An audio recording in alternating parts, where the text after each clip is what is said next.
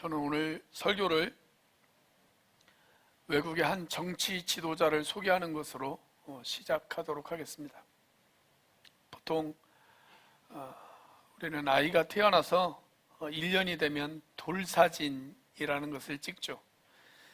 그런데 이 사람은 태어난 지 3년이 지나서야 빌린 옷을 입고 빌린 구두를 신고 사진관에 가서 겨우 사진을 찍을 만큼 아주 가난한 가정에서 태어났습니다.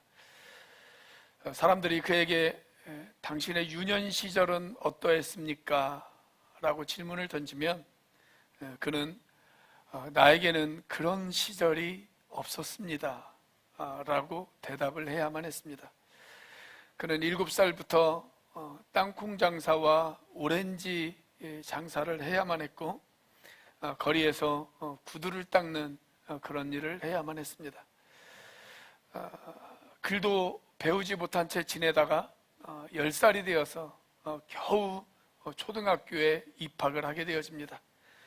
그런데 그마저도 4학년이 되어서 초등학교를 다 마치지 못하고 자퇴를 하게 되어집니다.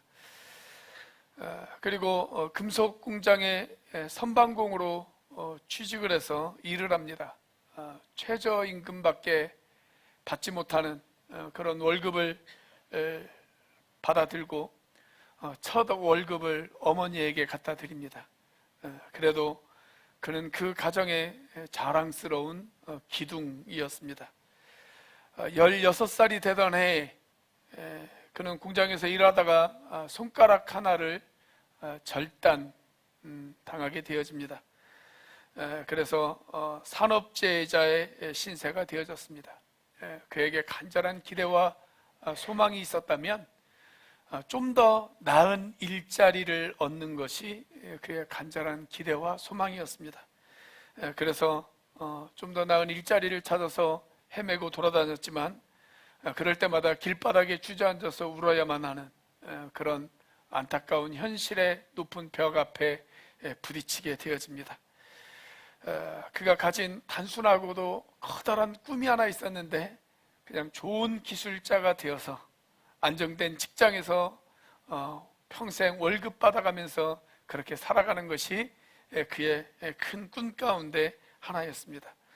그랬던 그가 그의 나이 57세가 되던 해에 인구 1억 9천만이나 되는 그의 조국의 대통령으로 출마를 하게 되어집니다. 그것이 지난 2002년의 일입니다. 사람들은 그가 글도 제대로 읽지 못하고 초등학교도 못 나오고 영어도 하지 못하는 그런 사람들, 그런 그를 비아냥거리고는 했습니다. 그런 사람이 대통령이 되면 나라가 망할 것이라고, 그런 사람이 대통령이 되어지면 이 나라를 벼랑 끝으로 몰고 갈 것이라고 그렇게 이야기했습니다. 그러나 그의 조국은 그를 대통령으로 뽑았습니다. 그는 대통령으로 당선되어지고 난 뒤에 당선증을 받아들고 초등학교 졸업장도 제대로 받지 못한 내가 이런 대통령 당선증을 받은 것은 국민들 때문이라고, 국민들 앞에 감사하다며 눈물을 흘리기 시작을 합니다. 그리고 그는 자기 조국의 4분의 1이 겪고 있는 경제 문제, 빈곤의 문제를 우선적으로 해결하겠다고 그렇게 사람들 앞에 약속을 합니다. 그는 대통령으로 재임하던 시절 부정부패에 관해서는 매우 엄격한 태도를 보였습니다. 그래서 자기의 평생 동지라고 할 수 있는 사람이 부정부패를 저질렀을 때 과감하게 그를 공직에서 물러나게 합니다. 그리고 그의 부정부패 앞에서 국민들 앞에 엎드려 대신 눈물을 흘려 사과를 합니다. 그는 자기가 한 약속을 지키기 위해서 대통령 재임 기간인 670일, 670일이면 거의 2년이 되어지지 않습니까? 그 670일 동안 지방을 출장 다니면서 민생 현장을 살펴보고 현장에서 고통받고 있는 국민들과 함께 울고 함께 웃으며 그렇게 지냈습니다. 그리고 그뿐만이 아니라 재임 기간 470일 동안 외국을 돌아다니면서 자기 조국의 유익을 위해서라면 내가 무엇이든 배울 수 있고 그 어디에서든 협상할 수 있다라고 하는 태도를 보였습니다. 그 결과 4년의 임기가 끝나고 2007년 그는 다시 재선에 성공을 합니다. 자, 그가 대통령으로 재임하는 총 8년의 시간 동안 그의 조국은 중산층이 두꺼워졌고 빈부의 격차는 급속히 줄어들었고 채무국에서 채권국이 되어졌고 세계 8대 경제 대국으로 우뚝 올라섭니다. 바로 축구의 나라, 삼바의 나라, 아마존의 나라, 브라질의 대통령 룰라에 관한 이야기입니다. 브라질 국민은 오늘날 자신들이 이만큼 혜택을 누릴 수 있게 되어진 것은 룰라의 눈물 때문이다 라고 그렇게 이야기를 합니다.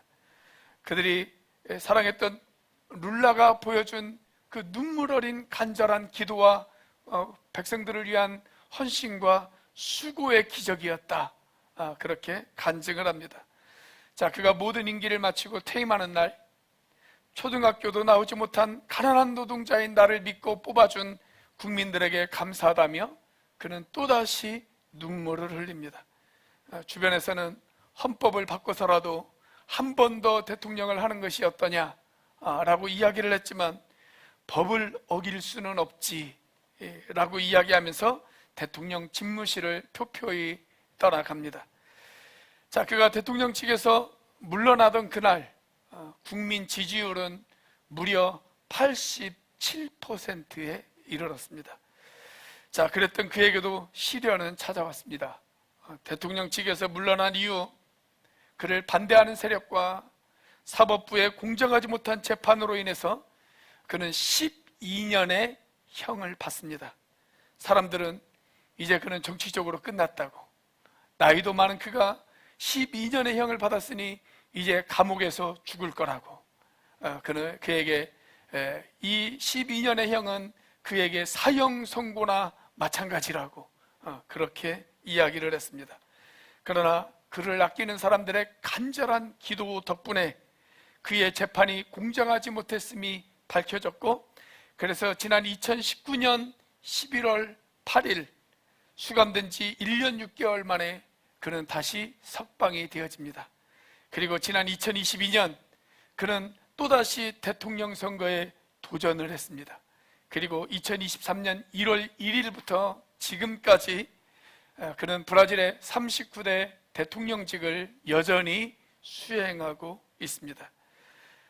정치적인 생명이 끝났다, 그는 정치적으로 죽었다 라고 이야기했지만 다시 한번 정치적인 생명 연장의 기적을 이룬 것입니다. 자, 그런데 오늘 성경 본문을 보시면 이스라엘의 역사 가운데도 이와 비슷한 지도자 한 사람이 소개가 되어지고 있습니다. 바로 25살의 나이에 남왕국 유다의 제13대 왕으로 즉위해서 25년 동안 나라를 다스렸던 히스기야라고 하는 왕입니다. 그의 아버지는 아하스라고 하는 왕이었는데 그 아버지 아하스 왕은 매우 악한 왕이었습니다. 우상 숭배에 빠졌고, 그리고 하나님이 보시기에 매우 악한 일을 저질렀던 그런 왕이었습니다. 자, 그런데 이 히스기야는 자기 아버지와는 달리 여호와 하나님을 경외하는 왕이었고 하나님 보시기에 정직하게 나라를 다스리려고 애를 썼습니다. 자, 그래서 그에 대한 역사적 평가를 성경은 이렇게 이야기합니다. 열왕기하 18장 5절 말씀입니다. 같이 한번 읽어보겠습니다. 시작. 그는 주님이신 이스라엘의 하나님만을 신뢰하였는데 유다 왕 가운데에는 전에도 후에도 그만한 왕이 없었다. 여기 유다 왕 가운데 전에도 후에도 그만한 왕이 없었다 라고 그렇게 기록하고 있습니다. 그는 성전을 수리했습니다. 종교개혁을 추진했습니다. 그리고 예루살렘에 비밀스러운 수로 하나를 만들기 시작을 합니다. 그래서 어떤 적이 침입을 해도 국민들을 피신을 시킬 수 있는 그런 기적 같은 터널을 완성을 합니다. 이 터널을 사람들은 히스기야 터널이라고 그렇게 부릅니다. 지금 여러분들이 이스라엘을 방문하시면 이 히스기야 터널을 걸으실 수가 있습니다. 이 히스기야 터널은 매우 독특한 방법으로 만들어졌는데 터널의 이쪽 끝에서 그리고 또 이쪽 끝에서 서로 파고 들어갔어요. 그래서 가운데서 만나요. 이런 건설 공법이 지금도 어렵다고 그래요. 지금도 매우 어려운 건설 공법인데, 그런데 벌써 몇천 년 전에 히스기야가 한 2700~800여 년 전에 히스기야가 벌써 이런 공법으로 이 터널을 뚫습니다. 그래서 가운데 만나는 지점에 가보면 갑자기 확 넓어져요. 아무리 양쪽에서 파고 들어가서 잘 계산을 했다 하더라도 오차가 생길 수가 있잖아요. 그래서 가운데 공간을 좀 서로 어긋난 것을 맞추다 보니까 가운데 공간이 확 넓혀집니다. 이 히스기야 터널을 그가 만들었어요. 자, 그러나 무엇보다도 이스라엘 백성들은 히스기야를 눈물의 지도자로 그렇게 기억하고 있습니다. 예레미야가 눈물의 선지자였다면 히스기야는 눈물의 왕이었습니다. 그럼 오늘 본문은 어느 날 그가 흘린 눈물의 기도가 가져온 기적을 소개하고 있습니다. 두 가지의 기적이 주어졌어요. 그가 하나님 앞에 눈물을 흘려 기도했을 때 그에게 두 가지의 기적이 찾아왔습니다. 그리고 그런 기적을 가능했던 기도의 두 가지 비밀이 숨겨져 있습니다. 자, 먼저 그가 가져온 눈물 기도의 두 가지 결과, 어떤 결과였을까요? 첫 번째로 생명 연장의 기적이 찾아왔습니다. 자신의 생명이 연장되어지는 그런 기적이 찾아온 것입니다. 자, 오늘 본문에 보면 히스기야에게 어느 날 뜻하지 않는 고난이 찾아오죠. 오늘 본문의 1절 말씀입니다. 같이 한번 읽어보겠습니다. 시작. 그 무렵에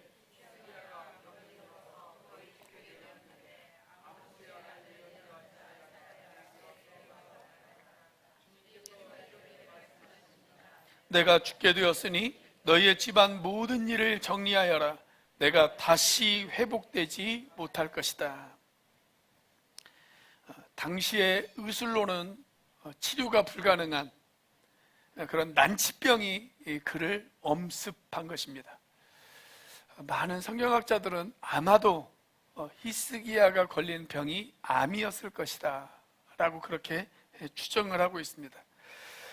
여기에서 우리가 알 수 있는 사실 하나가 있습니다. 그건 뭐냐면 의인에게도 고난은 찾아올 수 있다 라고 하는 것입니다. 내가 하나님을 믿고 하나님을 섬긴다고 해서 고난과 고통의 시간이 나에게 예외가 되어질 것이다, 그렇지 않아요. 그렇지 않습니다. 내 잘못과 상관없이 고난과 고통의 시간은 우리의 삶의 현장 가운데 얼마든지 우리에게 찾아올 수 있습니다. 성경에 보면 욥도 그러했고 오늘 본문의 히스기야도 그러했습니다. 자, 그런데 믿음의 사람은 바로 이때 하나님을 바라봅니다. 그리고 하나님을 향해 울부짖습니다. 그것이 바로 믿음의 사람의 특징입니다. 오늘 본문의 히스기야가 바로 그러했습니다. 어느 날 그에게 고난의 시간이 찾아오자 그는 하나님 앞에 엎드려 눈물로 기도하기 시작합니다. 그리고 그 기도는 기적의 결과를 가져왔습니다.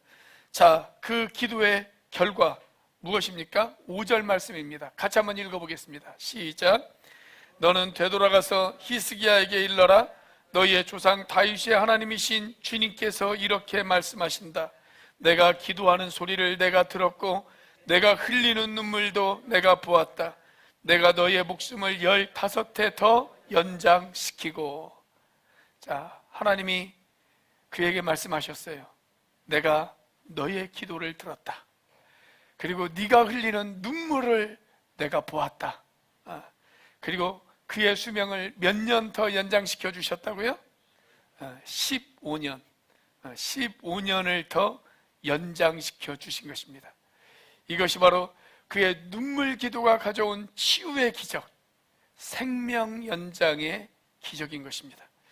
자, 눈물로 드린 기도가 가져온 결과, 어떤 결과일까요? 두 번째 결과는 민족 구원의 기적입니다.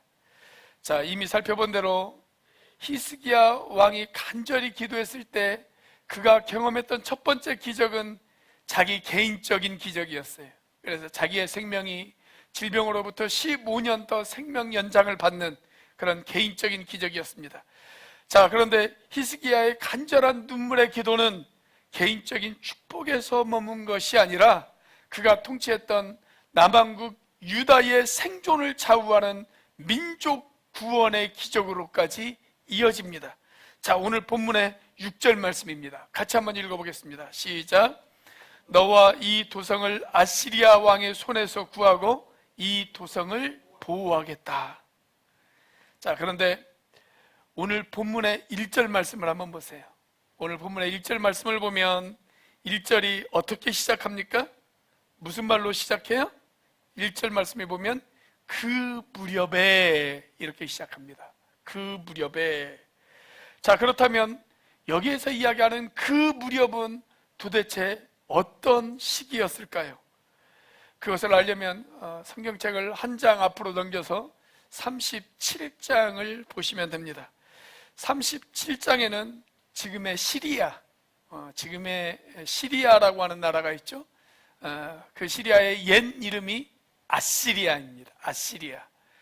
개역 개정 성경에서는 아수르 이렇게 기록을 해놨어요. 아시리아 제국이 활개를 치던 그런 시기였습니다. 많은 역사학자들은 히스기야가 병에 걸려 눈물로 기도했던 때가 BC 705년경이었을 것이라고 그렇게 이야기를 합니다. 그런데 그보다 17년 앞선 BC 722년에 어떤 일이 있었느냐? 아시리아가 북왕국 이스라엘을 멸망을 시켜버립니다. 그리고 북왕국을 다 멸망시키고 이제 남왕국까지 먹으려고 호시탐탐 입을 벌리고 기회를 노리고 있었던 그런 시기였어요. 그래서 아시리아의 공격 앞에서 늘 긴장해야만 했던 그런 시기가 바로 지금 히스기야가 병에 걸린 그런 시기였다라고 이야기할 수가 있습니다. 자, 그래서 오늘 본문 1절에 등장하는 그 무렵은 바로 이런 시기를 지금 이야기하는 것입니다. 자, 만약 아시리아가 침공을 해서 자신을 포함한 남왕국에 있는 모든 국민들이 노예로 끌려간다고 한번 생각을 해보십시오. 그러면 15년 생명 연장받은 것이 무슨 의미가 있겠어요? 그렇죠? 자, 그래서 히스기야는 엎드렸습니다. 그리고 하나님 앞에 눈물로 기도했습니다. 그의 간절한 기도는 그냥 단순히 자기 생명만을 연장해달라는 기도가 아니었을 것입니다. 그것은 자기 민족을 위한 기도였을 것입니다. 아마 이렇게 기도했을 거예요. 하나님, 이 민족이 큰 위기를 겪고 있습니다. 그런데 이 민족을 책임지고 있는 제 생명을 거두어 가신다면 하나님, 이 나라는 어떻게 되어집니까? 하나님, 이 백성들은 어떻게 합니까? 이 백성들이 너무 불쌍하지 않습니까? 하나님, 제 생명만을 원하신다면 제가 기꺼이 제 생명을 드리겠습니다. 그러나 이 민족을 위해서, 이 백성들을 위해서, 당신의 사랑하는 자녀들을 위해서라도 하나님, 저를 좀 살려주세요. 저를 좀 살려주세요. 아마 틀림없이 히스기야의 기도는 그런 기도였을 것이라고 저는 확신합니다. 그리고 이런 기도를 하나님께서 들으셨습니다. 그의 눈물을 하나님께서 보신 것입니다. 그래서 선지자 이사야를 통해서 하나님께서 말씀하세요. 하나님께서 이사야에게, 히스기야에게 가서 일러라, 넌 앞으로 병에 걸려서 죽을 것이다 라고 이야기를 하고 뒤돌아서서 자기의 집을 향해서 막 가고 있는데, 그때 히스기야가 그 이야기를 듣고 하나님 앞에 기도했죠. 그런데 그 기도가 끝나기도 전에, 이사야가 자기 집으로 가기도 전에 하나님께서 이사야에게 다시 말씀하세요. 너 발걸음을 돌려서 히스기야에게 가서 다시 이야기를 해라, 그렇게 이야기하는 거예요. 자, 그 말씀이 7절과 8절 말씀입니다. 같이 한번 읽어보겠습니다. 시작. 나 주는 약속한 것을 그대로 이룬다. 그 증거를 나 주가 너에게 보여주겠다. 아하스의 해식에 비친 그림자가 10도 뒤로 물러갈 것이니 해도 내려갔던 데서 10도 올라갈 것이다. 자, 우리가 손목시계를 차고 다니죠. 그리고 벽에도 시계가 걸려 있습니다. 우리가 가지고 있는 모든 시계는 바늘이 왼쪽에서 오른쪽으로 움직입니다. 자, 그런데 어느 날 여러분들이 시계를 봤는데 갑자기 시계 바늘이 거꾸로 오른쪽에서 왼쪽으로 움직인다. 그러면 얼마나 놀라겠습니까? 그렇죠? 자, 물론 히스기야 당시에 우리가 가지고 있는 이런 시계는 없었습니다. 그런데 그때 해시계가 있었어요. 해시계. 해는 여러분들도 잘 아시는 것처럼 동쪽에서 서쪽으로 움직이죠. 해가 동쪽에서 서쪽으로 움직이면 그림자는 어떻게 움직입니까? 반대로 움직입니다. 서쪽에서 동쪽으로 움직입니다. 그 그림자를 보고 사람들은 시간을 예측할 수가 있었단 말이죠. 자, 그런데 어느 날 그 그림자가 갑자기 거꾸로 움직이는 거예요. 거꾸로. 그림자가 서쪽에서 동쪽으로 움직여야 되는데 그림자가 갑자기 동쪽에서 서쪽으로 움직이기 시작을 하는 겁니다. 그리고 해도 반대 방향으로 움직이기 시작을 했습니다. 자, 그런데 그걸 보고, 이런 놀라운 기적을 보고 히스기야가 생각했던 것, 히스기야가 깨달았던 것, 그게 뭐냐면, 하나님이 내 기도를 들어주셨구나. 그래서 내 생명을 연장시켜 주셨을 뿐만이 아니라 하나님께서 이 민족을 구원해 주셨구나. 그걸 깨달았다는 거예요. 그걸 거기에 대한 징표라는 겁니다. 이 민족을 구원해 주실 것이라는 확실한 징표를 해가 움직이는 것으로 하나님께서 보여주셨다라고 하는 것입니다. 여러분, 얼마나 감사했을까요?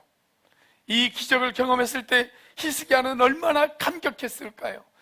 우리 민족이 살았다, 이 나라가 살았다 라고 하면서 얼마나 하나님 앞에 감사하며 감격의 눈물을 흘렸을까요? 자, 그래서 그런 눈물의 자리, 절망의 자리에서 다시 벌떡 일어나 그에게 맡겨주신 임무를 다하기 위해서 달려갈 수가 있었던 것입니다. 이것이 그가 눈물로 기도한 민족 구원의 기적이었습니다. 자, 이제 우리가 물어야 할 아주 중요한 질문이 있습니다. 히스기야의 기적, 히스기야가 기도로 이런 기적을 경험했다면 도대체 그는 어떻게 그런 기도를 드렸을까요?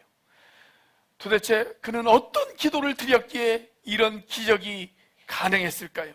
그의 기도의 비밀은 과연 무엇일까요? 자, 첫 번째, 그의 기도의 비밀은 그는 전심을 다하는 기도를 드렸습니다. 전심을 다하는 기도를 드렸어요. 히스기야가 드린 이 기도는 그냥 일상적인 평범한 기도가 아니었습니다. 그것은 정말 자기의 전심을 다한 그런 기도였습니다. 그가 온 마음을 다해서 하나님 앞에 기도를 드렸다. 그것을 우리가 어떻게 알 수 있냐면 오늘 본문에 히스기야가 드린 기도의 모습을 보면 알 수가 있어요. 기도 드렸을 때 그의 모습, 어떤 모습이었습니까? 자, 오늘 본문 2절 말씀입니다. 같이 한번 읽어보겠습니다. 시작. 이 말을 듣고서 히스기야는 그의 얼굴을 벽 쪽으로 돌리고 주님께 기도하여. 자, 어디를 향하여 기도했다고 성경에 기록되어 있어요? 벽을 향해서 기도했다. 벽을 향해서 기도했다. 여러분, 이게 무슨 의미일까요? 여러분, 벽을 봐봐야 거기에는 아무것도 없어요. 아무것도 없습니다. 그래서 내가 아무것에도 방해받지 않고 오직 하나님에게만 집중할 수가 있습니다. 우리가 옆 사방을 보면 온갖 잡다한 것들이 눈에 보이잖아요. 그래서 기도하는데 방해가 되어진단 말이죠. 그런데 벽은 아무것도 없어요. 오직 하나님에게만 집중하는 거예요. 하나님에게만 집중하는 거. 자, 또 그가 그냥 벽만 보고 기도한 것이 아니라 눈물을 뚝뚝 흘리면서 그렇게 기도했습니다. 아니, 통곡하면서 기도했다라고 오늘 성경은 우리에게 말씀하고 있습니다. 3절의 마지막을 보면 히스기야는 한참 동안 흐느껴 울었다, 이렇게 말씀하고 있잖아요. 자, 이 부분을 개역개정 성경으로 보면 히스기야가 심히 통곡하니, 이렇게 말씀하고 있습니다. 심히 통곡하니, 그냥 운 정도가 아니었어요. 그는 통곡하면서 하나님 앞에 기도했어요. 사랑하는 여러분, 하나님은 눈물을 흘리며 통곡하는 기도를 결코 외면하지 않으십니다. 삶이 어려우십니까? 여러분의 가정 가운데 말할 수 없는 아픔과 절망이 있으신가요? 사람들과의 관계에 문제가 생겼습니까? 경제적으로 힘이 듭니까? 육체적인 질병이 여러분들 가운데 찾아오셨습니까? 자녀들 가운데 힘들고 어려운 문제들이 생기셨습니까? 만약 그런 일을 겪으셨다면 지금 여러분은 눈물로 하나님 앞에 기도하고 계십니까? 하나님 앞에 통곡을 하면서 기도하고 계시나요? 여러분, 부모는 자식들의 눈물에 약해요. 자식들의 눈물에 약합니다. 이미 아시는 분들은 다 아는 이야기지만, 제가 우리 교회 부임하기 전인 2017년에 경주에 있는 꽤 큰 교회에서 저에게 청빙 제의가 들어왔습니다. 교인들의 수가 한 2,000여 명 정도 되어지는 교회였습니다. 제가 그 문제를 놓고 기도를 하고 있는데 제 주변에 있는 모든 사람들이 다 반대하는 거예요. 단 한 사람도 찬성하는 사람이 없었어요. 한 20명 정도에게 제가 물어봤습니다. 네, 그 모든 사람들이 다 반대를 해요. 다 반대를 해요.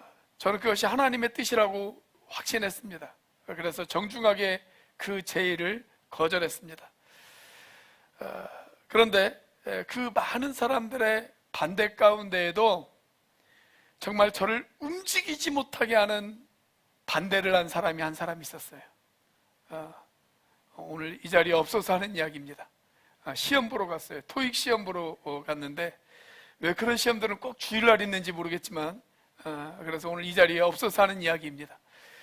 제 큰아들이 눈물을 흘리면서 눈물 어린 반대를 저에게 하더라고요. 눈물 어린 반대. 아빠가 가겠다고 하면 내가 어쩔 수 없이 따라가겠지만 아빠 안 가면 안 돼. 이제 중학교에서 막 고등학교 입학을 앞두고 있는 그 겨울방학에 저에게 눈물 어린 반대를 하는 거예요. 거기에 제가 마음이 약해졌습니다. 여러분, 부모는 자녀들의 눈물에 약해요. 자녀들의 눈물에 약해요. 여러분, 하나님도 마찬가지입니다. 하나님은 우리의 눈물에 약하십니다. 우리 앞뒤 좌우에 있는 분들에게 한번 인사해 보겠습니다. 하나님은 눈물에 약하십니다. 한번 인사해 보세요. 다시 한번 콕 집어서 이렇게 한번 이야기해 보겠습니다. 하나님은 당신의 눈물에 약하십니다. 시작. 다시 한번 인사해 보겠습니다. 그럼 눈물로 기도하십니까? 한번 물어보세요. 왜 안 물어보세요? 여러분, 우리 가정을 위해서, 우리 목장을 위해서, 우리의 자녀들을 위해서, 그리고 나 자신을 위해서, 그리고 사랑하는 우리의 조국을 위해서 여러분, 눈물로 기도해 보셨습니까? 과거 전쟁이 끝나고 1960년대, 1970년대 이 나라의 산에 올라가면 많은 기도원이 세워졌습니다. 그래서 어디를 가든지 통곡하며 눈물을 흘리면서 기도하는 소리들을 우리가 쉽게 들을 수가 있었습니다. 그런데 이제는 그런 기도가 다 사라졌습니다. 저는 이 민족을 위해서 눈물을 흘리며 기도했던 우리 선배들의 그 간절한 기도를 하나님께서 들으셨다고 믿습니다. 그래서 오늘날 우리 조국이 이만큼 발전할 수 있게 되어졌고, 우리가 이만큼 살게 되어진 것도 우리 선배들의 그 눈물 어린 기도 때문이라고 저는 믿습니다. 자, 전 우리가 다시 한번 그 눈물 어린 기도를 해보겠으면 좋겠습니다.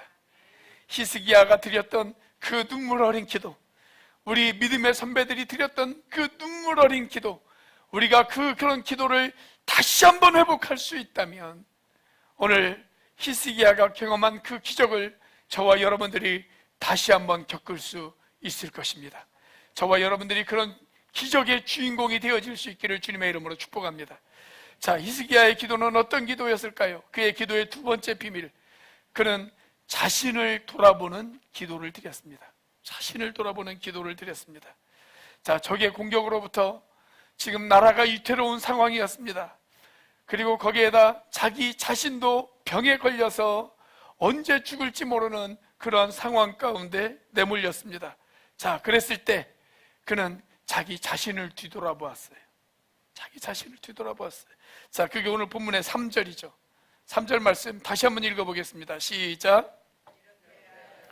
주님께 빕니다. 제가 주님 앞에서 진실하게 살아온 것과 온전한 마음으로 순종한 것과 주님께서 보시기에 선한 일 한 것을 기억하여 주십시오. 이렇게 기도하고 나서 히스기야는 한참 동안 흐느껴 울었다. 우리가 이 기도를, 하나님, 제가 잘못한 거 없는데 저에게 왜 이런 질병을 주셨어요? 이렇게 오해하시면 안 돼요. 이 기도는 그런 기도가 아니에요.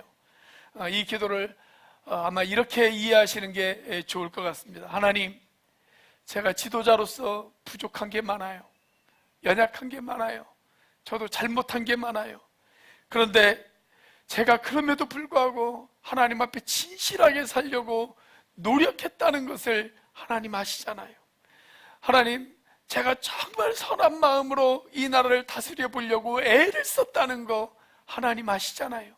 제가 부족하고 연약하지만 하나님, 제가 정말 하나님 앞에 최선을 다하게 살려고 나름대로 노력했어요. 하나님, 저를 불쌍하게 여겨주세요. 불쌍하게 여겨주세요. 이런 기도예요. 이런 기도. 그리고 하나님은 그런 그의 기도를 들으셨습니다. 그의 눈물을 보셨습니다. 그리고 그에게 응답하셨습니다. 그러므로 저와 여러분들이 기도할 때 항상 우리 자신을 뒤돌아볼 수 있는 저와 여러분들이 되시기를 주의 이름으로 축복합니다. 야고보서 4장 3절 말씀을 혹시 기억하십니까? 자, 같이 한번 읽어보겠습니다. 시작. 구하여도 얻지 못하는 것은 자기가 쾌락을 누리는 데 쓰려고 잘못 구하기 때문입니다. 자, 우리가 자기 욕심을 위해서 기도하면, 자기 만족을 위해서 기도하면 하나님께서도 그 기도에 응답할 수 없다라고 말씀하고 있지 않습니까? 그래서 우리가 기도할 때 혹시 이 기도가 내 만족을 위해서 기도하는 것은 아닌지, 내 욕심을 위해서 기도하는 것은 아닌지 우리 자신을 뒤돌아보면서 그렇게 하나님 앞에 기도할 필요가 있다는 것입니다. 사랑하는 여러분, 오늘 개인적으로 어려운 일을 당한 분들이 이 자리에 계시지는 않으십니까? 가슴이 미어지고 삶이 힘들고 인생의 무게가 너무나도 버겁게만 느껴지고 그동안 나를 붙잡고 나를 지탱해 주었던 모든 것들이 흔들려 버리는 그런 암울한 환경 가운데 여러분들이 있지는 않으십니까? 그렇다면 여러분들이 만약 그런 환경 가운데 있으시다면 바로 지금이 눈물을 흘려 기도할 때입니다. 바로 지금이 하나님 앞에 통곡하며 기도할 때입니다. 그리고 우리의 기도를 들으시는 그 하나님 앞에, 하나님, 제 기도를 들어주세요. 제 삶 가운데 개입해 주셔서 저에게도 기적을 베풀어 주세요. 우리의 가정에 기적을 베풀어 주시고 나의 일터에도 기적을 베풀어 주시고 나의 자녀들 가운데에도 하나님 기적을 베풀어 주세요. 이렇게 눈물 뿌려 통곡하며 기도해 보시지 않으시겠습니까? 기도하시겠습니다.